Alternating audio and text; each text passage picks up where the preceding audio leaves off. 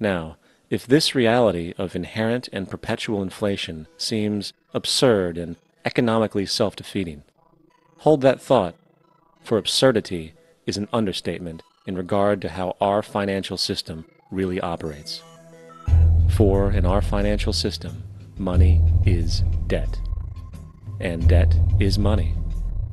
Here is a chart of the U.S. money supply from 1950 to 2006.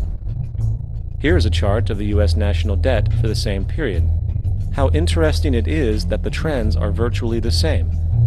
For the more money there is, the more debt there is. The more debt there is, the more money there is. To put it a different way, every single dollar in your wallet is owed to somebody by somebody. For remember, the only way the money can come into existence is from loans. Therefore, if everyone in the country were able to pay off all debts, including the government, there would not be $1 in circulation.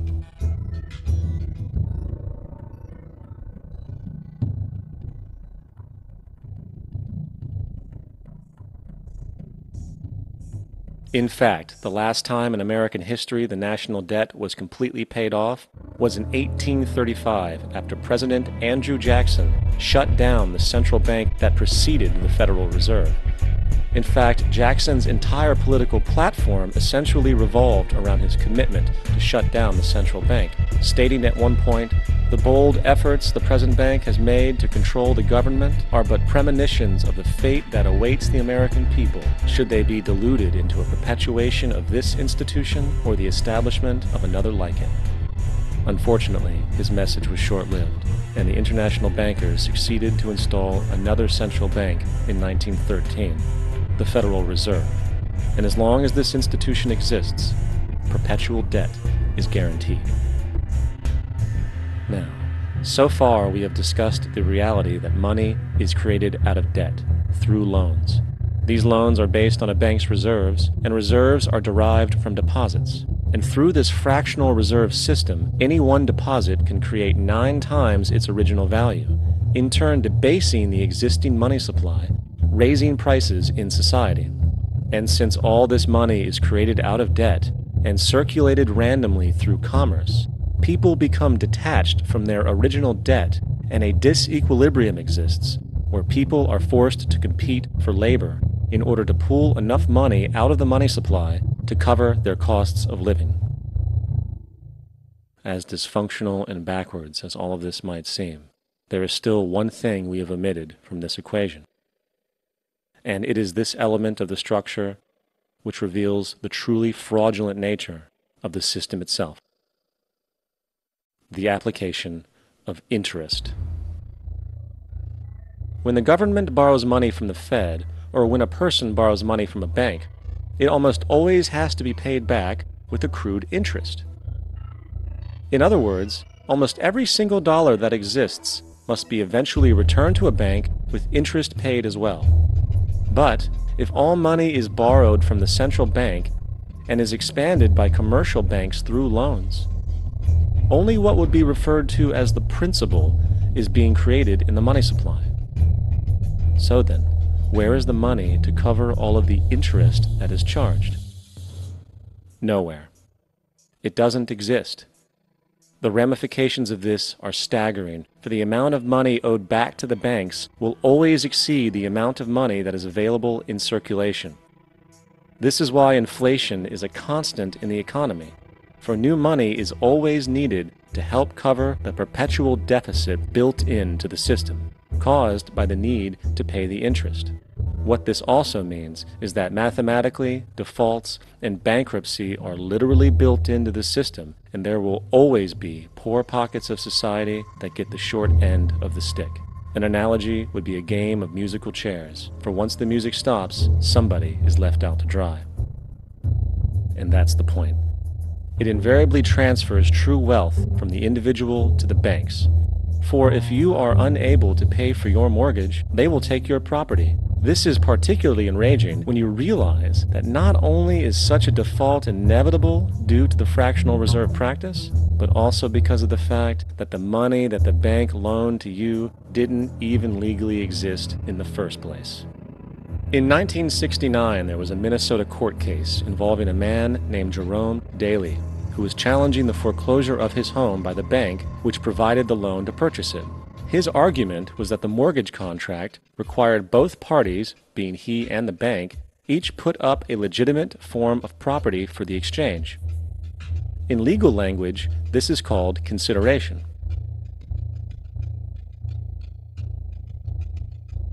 Mr. Daly explained that the money was, in fact, not the property of the bank, for it was created out of nothing as soon as the loan agreement was signed.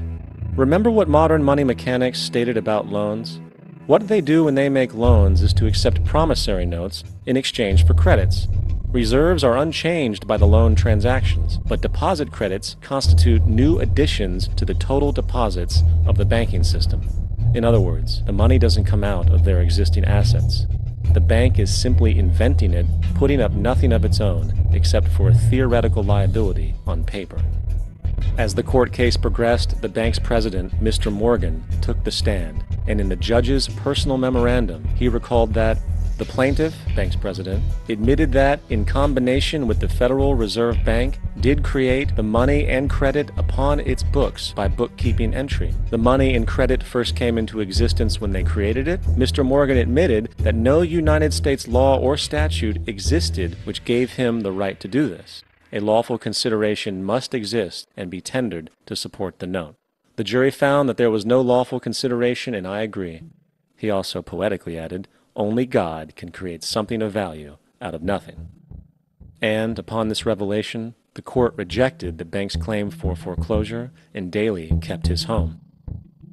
The implications of this court decision are immense. For every time you borrow money from a bank, whether it is a mortgage loan or a credit card charge, the money given to you is not only counterfeit, it is an illegitimate form of consideration, and hence voids the contract to repay, for the bank never had the money as property to begin with. Unfortunately, such legal realizations are suppressed and ignored, and the game of perpetual wealth transfer and perpetual debt continues. And this brings us to the ultimate question: why? During the American Civil War, President Lincoln bypassed the high-interest loans offered by the European banks and decided to do what the Founding Fathers advocated, which was to create an independent and inherently debt-free currency. It was called the greenback.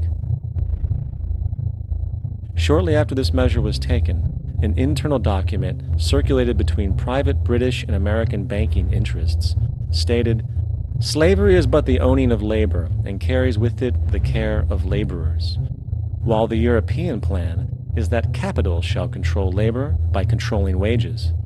This can be done by controlling the money.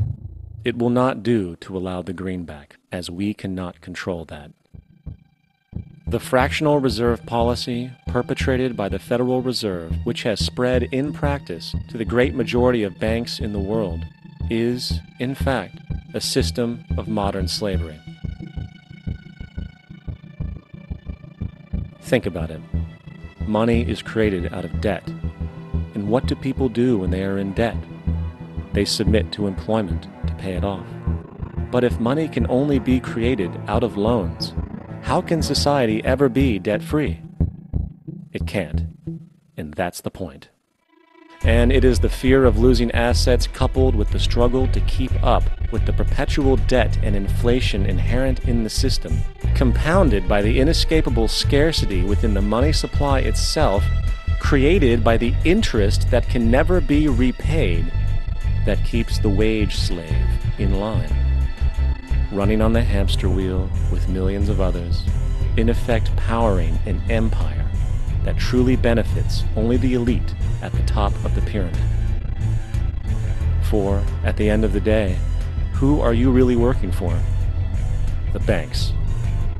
Money is created in a bank and invariably ends up in a bank. They are the true masters, along with the corporations and governments they support. Physical slavery requires people to be housed and fed. Economic slavery requires people to feed and house themselves.